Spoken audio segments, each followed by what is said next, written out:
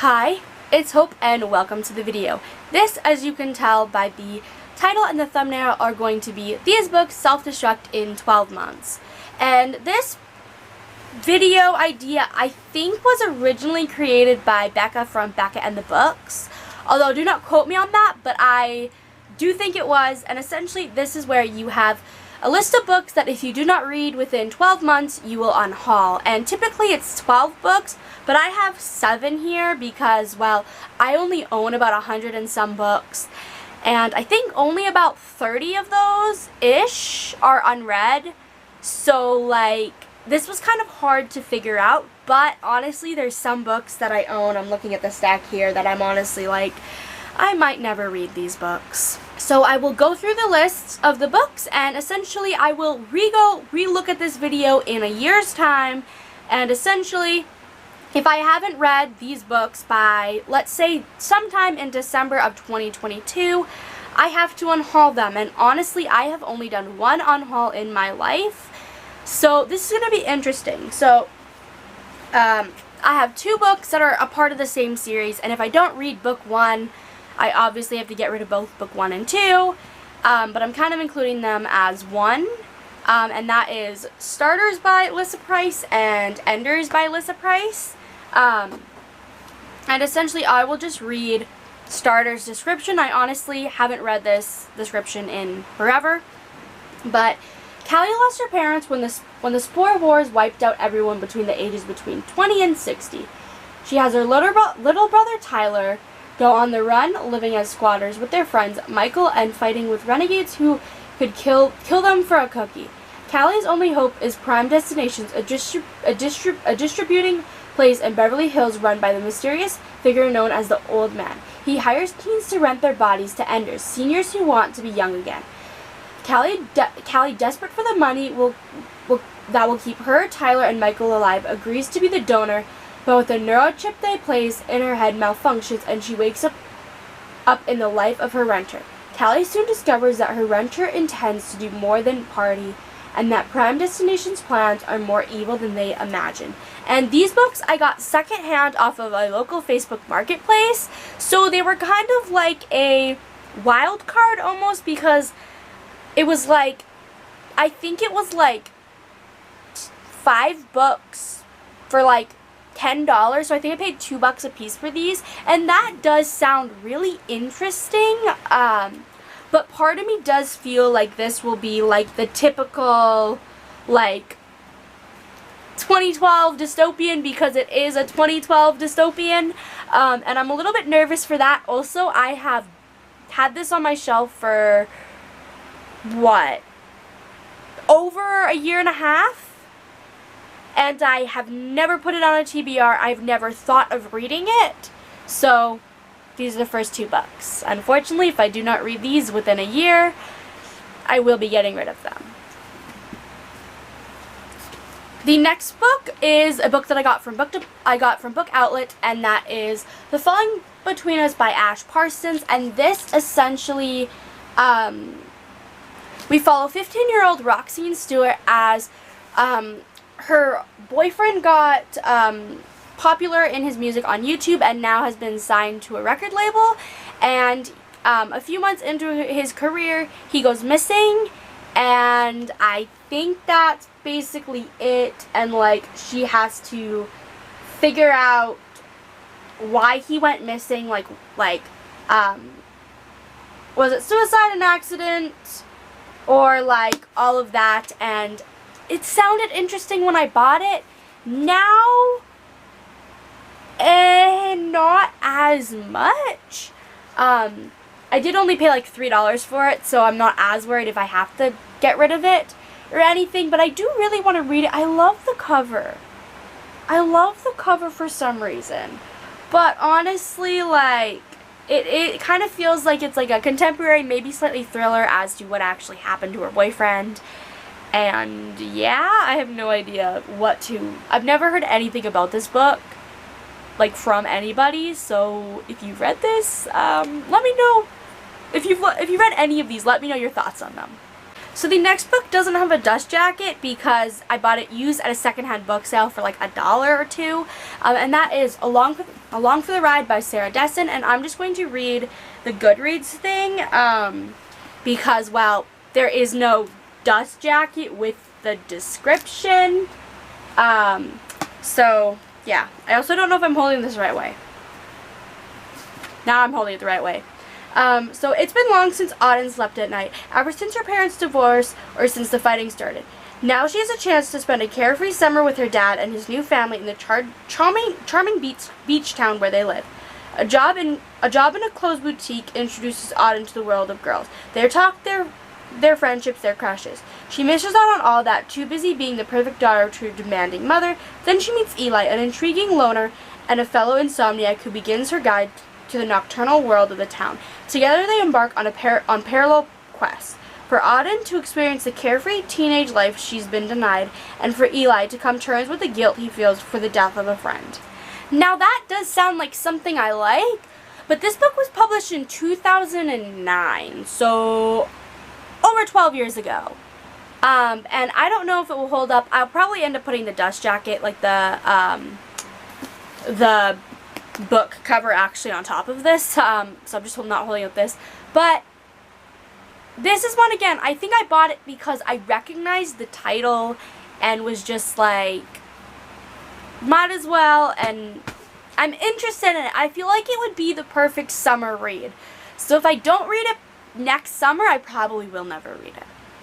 The next book is the only fantasy on this list, and that is The Glass Bear by Laruen DeStefano, and this is yet another one I bought off a book depository. And this is yet another book I bought off a book outlet when I was kind of just had the money to buy random books, essentially. But Wilhelmina Heidel, the fourth child and only daughter of the king of the world's wealthiest nation, has grown up in the shadows, kept hidden from the world in order to serve as a spy for her father, whose obsession with building his empire is causing war. Will wants nothing more than the world beyond her kingdom, and if her father would give her a chance. Until one night, Will is attacked, and she discovered a dangerous secret. Her touch turns people into gemstones. At first, Will is horrified by her powers, but as she tests its limits, she's drawn more and more to the strange and volatile ability. When it leads to a tragedy, though, Will must face the destruction force within her family, leave her home, and seek the truth for a cure. But finding the key to her redemption puts her in the path of a cursed prince who has his own ideas for what to do with Will's power. With the world on the brink of war and a powerful ultimatum destruction, can Will find a way to help the kingdom that turned its back on her, or will she betray her past and her family forever? This does sound good, but that's my thing. I'm like, I love the cover though. I do feel like this book would be good, and it is like a relatively, like, it's only about 400 pages, and like I might try to squeeze this on a TBR at some point just to try to read it. But I bought this last year and have never really picked it up, so I have no idea if I'll actually read it. This next book, I'm really interested in. I think I only paid like $1 for this book off of Book Outlet, and that is The Love That Split the World by Emily Henry. And this is essentially, well, I'll just read the back again because I honestly have no idea what this is about. I can't remember. But essentially, Natalie Clearly's last summer in her small Kentucky hometown is off to a magical start, especially when, under the stadium lights of the high school football field, she meets a beautiful boy named Beau. But soon, Natalie starts seeing the world the wrong things. Her front door is red instead of its usual green. There's a preschool where the garden store should be, and sometimes her whole town disappears for hours, fading away into the rolling hills and grazing buffalo. Most troubling of all, though, all the visits from the kind and mysterious apparition who offers Natalie a dying warning. You have 3 months to save him. Now, Natalie must risk her future and leap blindly into the vast unknown for the chance to build a new world with the boy she loves. And this, it's like a magical realism, I think is the term. because I don't think it's like a full-on fantasy, but I think it's magical realism. And this does sound interesting, but again, I bought it because it was like $1. It was $1 or less. And so I was like, oh yeah, I'll buy it, I'll read it. Never has read it. And I think I bought this in the same haul as this one. I think, and like, I do want to read books by Emily Henry, but like, maybe not this one. And the final book, I hate to add this because it is kind of a booktuber turned author, and that is Again But Better by Riccio. This essentially, all I know is we follow Shane, who ends up traveling abroad to, is it England? Yes, it is to London, and essentially it's her going to university, and that's like all I know, and that's all I want to know. But like, I've owned this book since the beginning of 2020. I think I bought it, well no, I technically bought it from Book Outlet. I think it was Book Outlet's Boxing Day sale of 2019. So I've had this almost 2 years and have not picked it up. And I have heard iffy things about this book, and then also Better Together by Riccio, which just came out this year. I've heard that that one is worse than this one.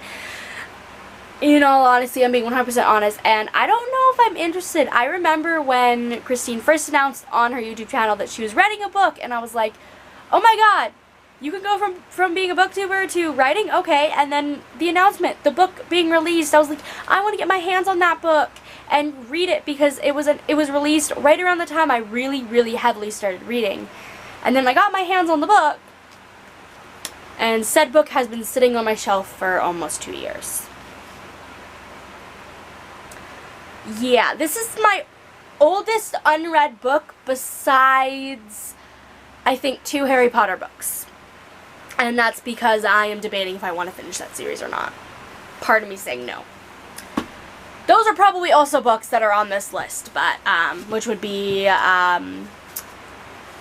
I just have the one that I haven't read, so also casually Harry Potter and the Deathly Hallows, although I'm not going to grab that, and that one I might get rid of sooner, because we do not support the author in this household. Thankfully, these books were bought secondhand, so yeah, those ones also might be getting rid of, maybe a little sooner. Yeah, might just get rid of all of those books. But I really hope you enjoyed this video. I really hope I'm able to get to these books.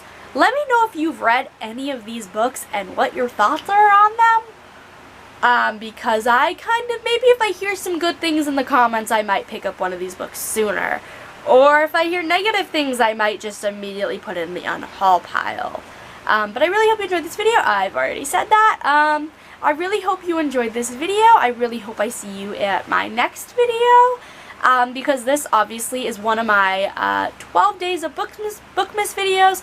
I don't know which one it is. I'm filming this on December 1st, so yeah. But I really hope you enjoyed this video. I've said that 3 times now, so I'm just going to end the video.